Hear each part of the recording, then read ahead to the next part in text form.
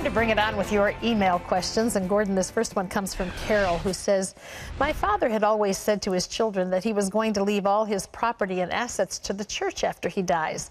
I have 2 other siblings.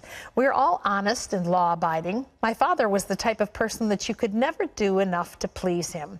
The only area in which we are guilty was not calling him often enough.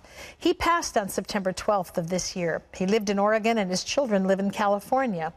Under the circumstances, do you think God would be okay with his children not attending his funeral? Can you dishonor your parent after death? Thank you. Carol, it just sounds from the question that you're feeling guilty. And it sounds like you have something against your dad. And I think you need to deal with that. And I think you need to forgive him.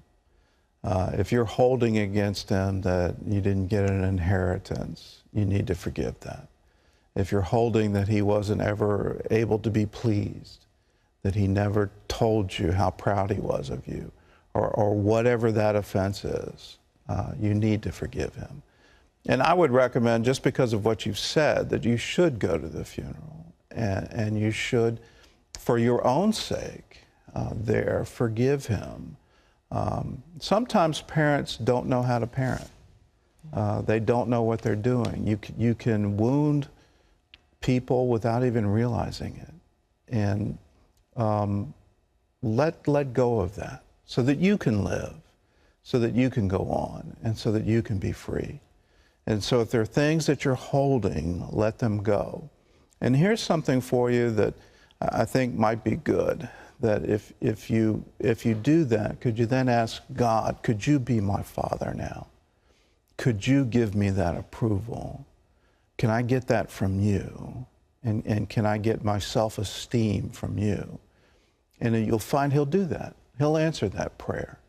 But he answers it when we're walking in forgiveness. So let it go, forgive, and then ask him to come in and be your parent, be the one that you always wanted to have, and he'll do that for you.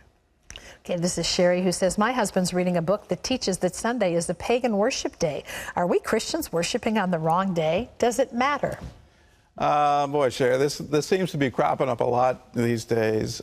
Sunday was a Roman pagan holiday, and that's why we get the name Sunday. And they worshiped Sol Invictus. It was a goddess of the sun. The Lord's Day is what John talks about in the book of Revelation. It was the Lord's Day, and I was in prayer. So from the early church, they celebrated Resurrection Day instead of the Sabbath on Saturday. They celebrated Resurrection Day. So us worshiping on Sunday is not a pagan thing, it's an early church thing.